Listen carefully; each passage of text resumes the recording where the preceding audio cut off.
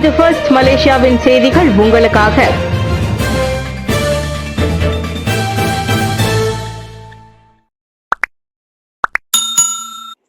கடப்புதழை தற்காலிகமாக பெறும் முகுதனின் விண்ணப்பத்திற்கு அனுமதி.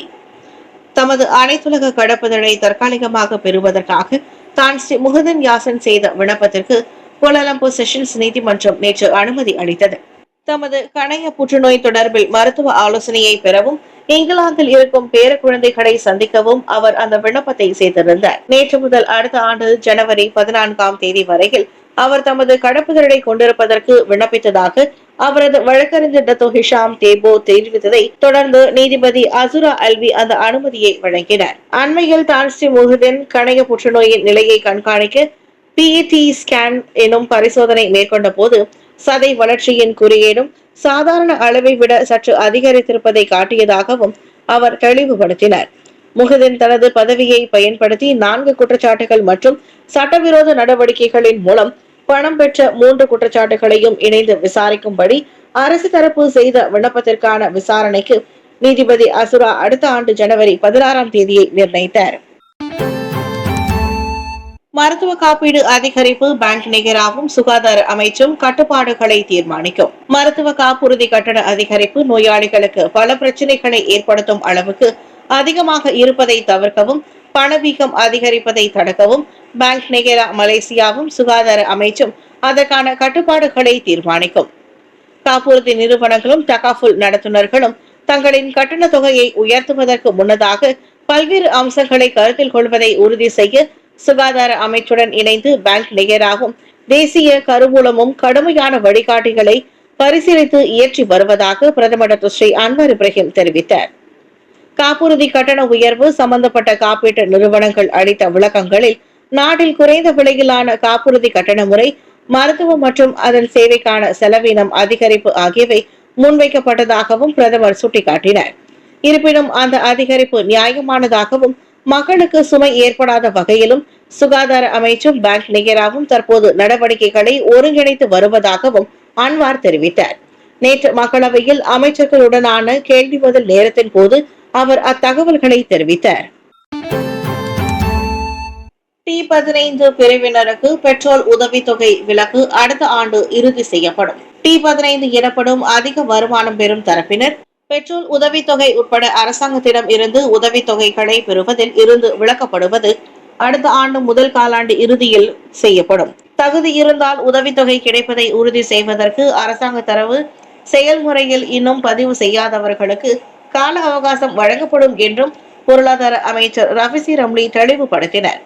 புத்திரஜயா நாடாளுமன்ற உறுப்பினரின் கேள்விக்கு பதிலளிக்கும் வகையில் 2025 ஆண்டு முதல் காலாண்டில் அது அறிவிக்கப்படுவதற்கு திட்டமிடப்பட்டுள்ளது. இந்த வகைப்பாடு தகுதி நிர்ணயம் அடுத்து பயன்படுத்தப்படும். பதிவு செய்யாதவர்கள் பதிவு செய்வதற்கும் வாய்ப்பளிக்கப்படும். பதிவு செய்து சரிபார்த்ததில் தகுதி இல்லை என்று இருந்தால் மேல்முறையீடு செய்யலாம் என்றார் அவர். ரோன் 95 உதவித்தொகை இலக்கு நிகர செலவழிப்பு வருமானத்தை அடிப்படையாக கொண்டது என்றும் 85 விழுக்காட்டு மலேசியர்கள் அதற்கு தகுதி பெறுவார்கள் என்று எதிர்பார்க்கப்படுவதாகவும் ரபிசி கூறினார். நீதிமன்ற விசாரணையில் இருக்கும் விவகாரங்களை வெளிப்படையாக விவாதிப்பது பொருத்தமற்றது. டாக்டர் ஸ்ரீ நதீப்துன் ரசாக் தனது 6 ஆண்டு சிறை தண்டனையின் எஞ்சிய காலத்தை வீட்டு காவலில் அனுபவிக்க அனுமதிக்கும் அரச மன்னிப்பு ஆணை தொடர்பான விவகாரம் குறித்து மக்களவையில் பகிரங்கமாக கருத்து தெரிவிப்பது நியாயமற்றது. ஏனெனில் அவ்வழக்கு நீதிமன்ற விசாரணையில் இருப்பதால் அவ்வாறு செய்வது பொருத்தமற்றது என்று பிரதமர் டாக்டர் ஸ்ரீ அன்வர் இப்ராஹிம் எடுத்துரைத்தார். அரச மன்னிப்பு ஆணை தொடர்பான முன்னாள் பிரதமரின் மேல்முறையீட்டு மனுவை எதிர்வரும் ஜனவரி 6 செவிமடுக்க மேல்முறையீட்டு நீதிமன்றம் நிர்ணயித்துள்ளதாக டாக்டர் ஸ்ரீ அன்வார் தெரிவித்தார். ஆகவே அனைத்து தரப்பினரும் அவ்விவகாரம் தொடர்பில் எவ்வித கூற்றுகளையும் வெளியிட வேண்டாம் என தேசிய சட்டத்துறை அறிவுறுத்தியுள்ளது. அவ்விவகாரம் குறித்து நாம் பதிலளிக்க முடியாது. ஏனெனில் மாட்சிமை தங்கிய மாமன்னர் மற்றும் அரச மன்னிப்பு வாரியம் சம்பந்தப்பட்டது. அதற்கான தலைவர் மாட்சிமை தங்கிய மாமன்னர் ஆவார். நீதிமன்ற விசாரணையில் இருப்பதை நாம் விவாதிக்க முடியாது. நீதிமன்றமே முடிவு செய்யட்டும் என்றார் அவர். வெள்ளத்தால் பாதிக்கப்பட்டவர்களின் எண்ணிக்கை உயர்வு. நாட்டில் வெள்ளம் ஏற்பட்டிருக்கும் பகுதிகள் அதிகரித்துள்ளன. நேற்று காலை நிலவரத்துடன் ஒப்பிடும் போது தற்காலிக வெள்ள நிவாரண மையங்களில் தங்கியிருப்பவர்களின் எண்ணிக்கை தற்போது உயர்ந்துள்ளது. தெலங்கானாவில் வெள்ளத்தால் பாதிக்கப்பட்டவர்களின் எண்ணிக்கை உயர்ந்திருந்தாலும் பேராக்கில் அந்த எண்ணிக்கை குறைந்துள்ளது. தெலங்கானாவின் கெமமான் மற்றும் டுங்கூர் மாவட்டங்களில் உள்ள 27 தற்காலிக வெள்ள நிவாரண மையங்களில் 1242 குடும்பங்களை சேர்ந்து 4783 பேர் தங்க வைக்கப்பட்டுள்ளனர். கிளந்தான் குவாமுசாங் மாவட்டத்தில் 3 தற்காலிக வெள்ள நிவாரண மையங்கள் திறக்கப்பட்டிருக்கும் வேளையில் 48 குடும்பங்களை சேர்ந்த 209 பேர் தங்கியுள்ளனர். அதோடு பஹாங்கில் வெள்ளத்தால் பாதிக்கப்பட்டவர்களின் எண்ணிக்கையும் அதிகரித்துள்ளது. மாரன் மாவட்டத்தில் உள்ள தற்காலிக வெள்ள நிவாரண மையத்தில் 44 குடும்பங்களை சேர்ந்த 153 பேர் தங்க வைக்கப்பட்டுள்ளனர். அடுத்த ஆண்டிற்குள் NAPBHR தொடங்கப்படலாம். அடுத்த ஆண்டிற்குள் NAPBHR எனப்படும் வணிகம் மற்றும் மனித உரிமைகள் மீதான தேசிய செயல் திட்டத்தை தொடங்க அரசாங்கம் எண்ணம் கொண்டுள்ளது. 2025 முதல் காலாண்டிற்குள் அத்திட்டத்தின் அடிப்படை வரைவு தயாராகும் என்று எதிர்பார்க்கப்படும் நிலையில் இது தற்போதைய முயற்சியில் ஒரு குறிப்பிடத்தக்க அடைவு நிலையாகும் என்று சட்டம் மற்றும் கழக சீர்திருத்தத்திற்கான பிரதமர் துறை அமைச்சர் டாக்டர் ஸ்ரீ அசரினா ஒத்தமான் சைட் தெரிவித்தார். வணிகம், சமூகம் மற்றும் வர்த்தகம் தொடர்பான மனித உரிமை பிரச்சினைகளால் பாதிக்கப்பட்டவர்கள் உள்ளிட்ட மாநில அரசு சாரா நிறுவனங்களை ஒருங்கிணைக்கும் முயற்சியை அத்திட்டம் கொண்டிருப்பதாக நேற்று நடைபெற்ற 2024 மனித உரிமை தின கலந்துரையாடலில் பேசிய டாக்டர் ஸ்ரீ அசரினா தெரிவித்தார்.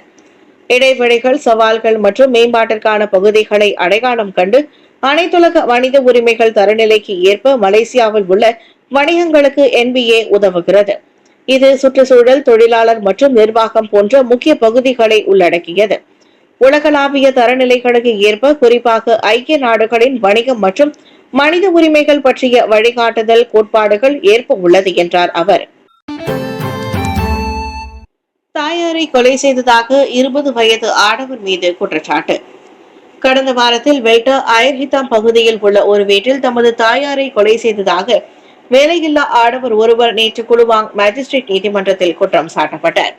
மேஜிஸ்ட்ரேட் முஸ்தாகிம் சுகார்னோ முன்னிலையில் குற்றப்பத்திரிகை வாசிக்கப்பட்ட போது 20 வயதுடைய முகமது ஹாரிஸ் ஃபர்ரான் மஸ்ருடின் அது தனக்கு புரிந்ததாக தலையசைத்தார். இவ்வழக்கு உயர்நீதிமன்றத்தின் அதிகாரத்திற்கு உட்படுத்தப்பட்டிருப்பதால் அவ்வாடவரிடம் இருந்து வாக்குமூலம் எதுவும் பதிவு செய்யப்படவில்லை.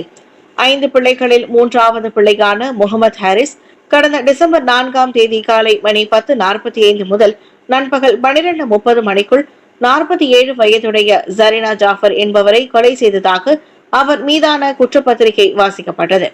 குற்றவியல் சட்டம் செக்ஷன் 302 கீழ் இவ்வழக்கு விசாரிக்கப்படுவதால் குற்றம் நிரூபிக்கப்பட்டால் மரண தண்டனை அல்லது 40 ஆண்டுகால சிறை தண்டனை மற்றும் 12 பிரம்படி விதிக்கப்படும். ரசாயன மற்றும் பிரேத பரிசோதனை அறிக்கையை பெறுவதற்காக வழக்கின் அடுத்த கட்ட விசாரணை அடுத்த ஆண்டு பிப்ரவரி 4ஆம் தேதிக்கு நீதிமன்றம் ஒத்திவைத்துள்ளது.